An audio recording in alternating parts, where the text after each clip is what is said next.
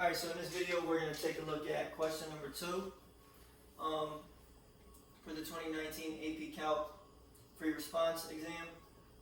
In this question we are told that we have a particle P that's moving along the x-axis. We're told its velocity at specific times t, where t is measured in hours. The velocity is measured in meters per hour.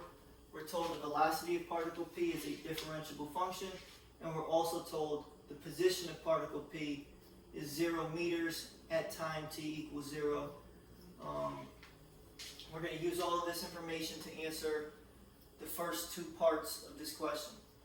So we are asked to justify why there must be a time t for which on this interval from 0.3 hours to 2.8 hours, its derivative, in other words its acceleration, derivative of the velocity, is equal to 0.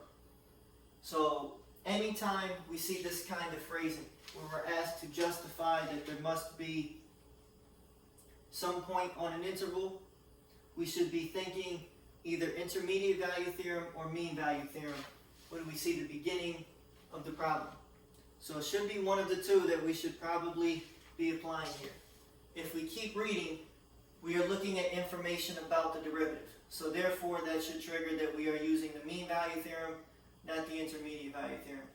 If we remember the mean value theorem, it said that the instantaneous rate of change should be equal to the average rate of change for at least one point on the interval if our function is continuous. So with that being said, what this means is that v prime of t should be equal to whatever we get when we do this out,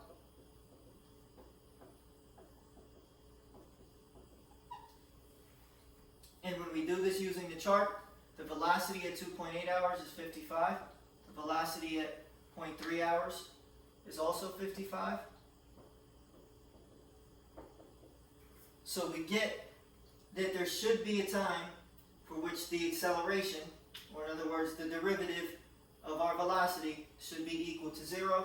The only thing we have to check is we have to make sure that this is a continuous function. You cannot apply the mean value theorem if your velocity is not continuous. So are we told it's continuous in the problem? The answer is yes, we are, indirectly. We're told that it's differentiable. Since it's differentiable, that makes it continuous. So we need to have this work somewhere, and we also need to indicate that our function is continuous on the interval.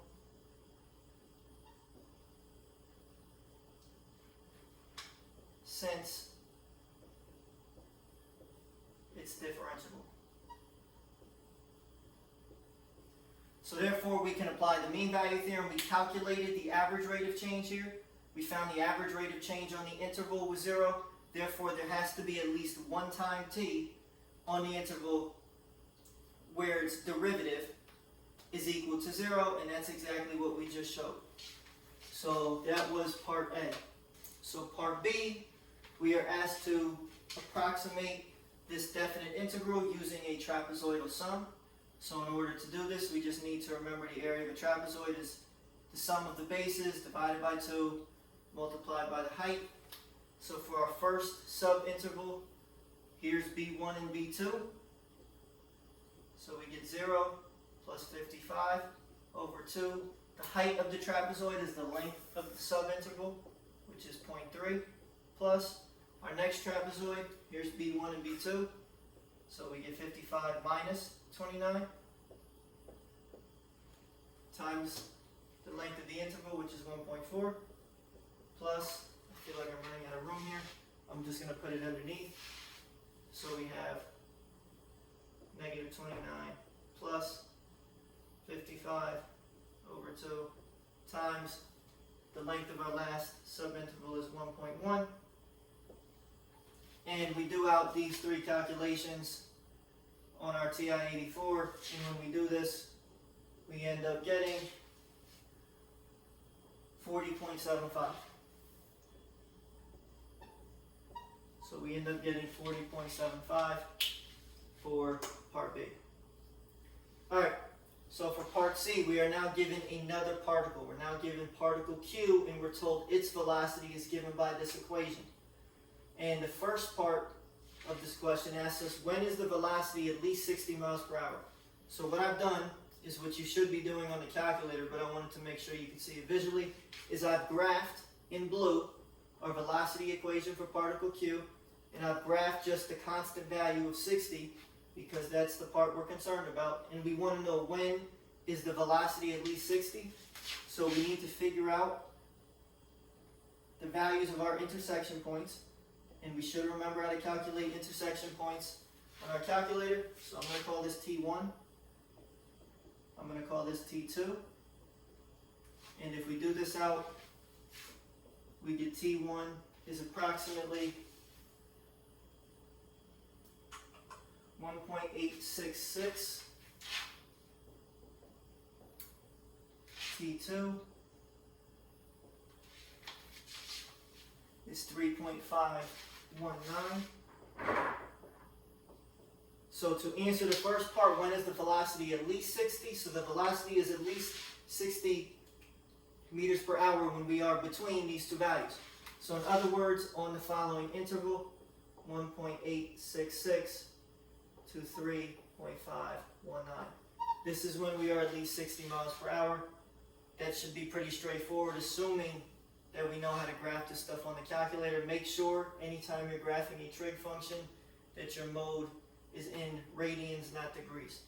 The next part of the question, find the distance traveled when the velocity is at least 60 miles per hour. So we are trying to figure out the distance traveled on this interval. The graph is entirely above the x-axis. So in this case, that will just be found by doing the integral from T1 to T2 of our function, because the area under the velocity curve is our displacement, but when it lies entirely above the x-axis, that's also our distance traveled. So in this case, it's V Q of T dt, and when we do this out, we get 106.108.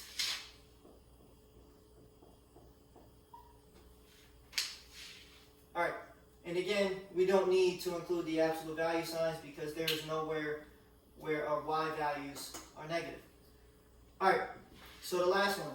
So we are told the position of particle Q at time 0 is negative 90, and we want to now find the distance between the particles at time t equals 2.8. So in order to do this, they tell us to use our answers from B, and I believe they also tell us to use this given information here. So let's first figure out the position of P at 2.8, because we need to figure out the position of P at 2.8, the position of Q at 2.8, and then we need to subtract the 2. That's the key idea that we need to have in mind here. So to find the position of P at 2.8, we're going to have to set up an integral, and when we pick the limits of integration, we have to pick one of our two limits of integration needs to be a point that we know the position for our particle. And in this case, we only are given the position of particle P at time 0. So that's why we are starting at 0, and we are going to 2.8 because we are concerned about the position at that time. So this is for particle P. If we integrate the velocity, we're going to get our position at 2.8 minus our position at 0. So this gives us S sub P 2.8 minus S sub P of 0. And we know this value. This value is equal to 0. We were told this in the problem, and this value we approximated in part B as 40.75. So this is 0. This was given in the problem. This we did in part B. So therefore, what that tells us is we get the position at 2.8 is equal to, because again we're ignoring this since this is 0, is equal to just the area under the curve from 0 to 2.8. So therefore, this is going to tell us that the position at 2.8 is 40.75. So we found the position of P. We now need the position of Q.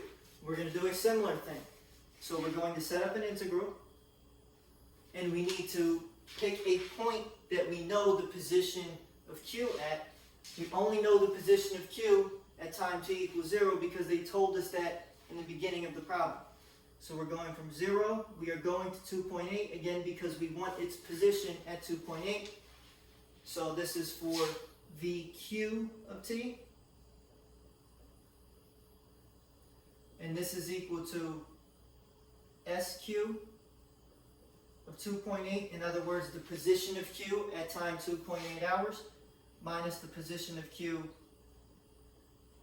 at 0 hours. So if we add this over here, we get the position of Q at 2.8 is equal to the integral from 0 to 2.8 plus whatever its position was at 0.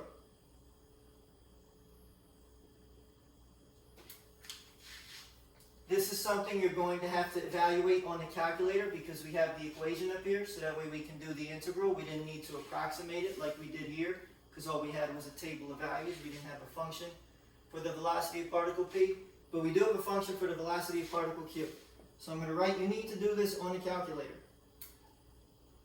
This part here, you're told in the statement of the problem. The position at 0 for particle Q is negative 90. So when we do this on the calculator, we're going to end up with 45.937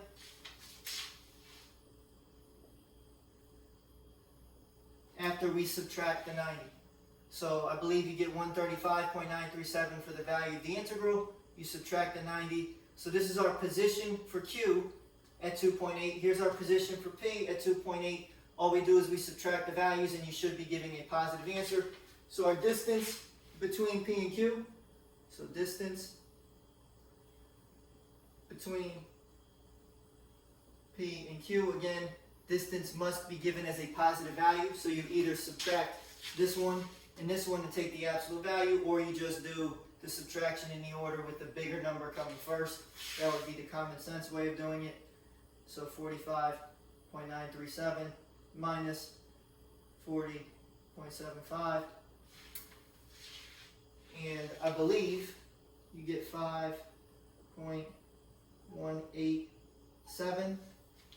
Hopefully I'm not doing this wrong, but again, you can check, and yes, 5.187 is what you get when you subtract these. So therefore, this is what we would come up with as an answer.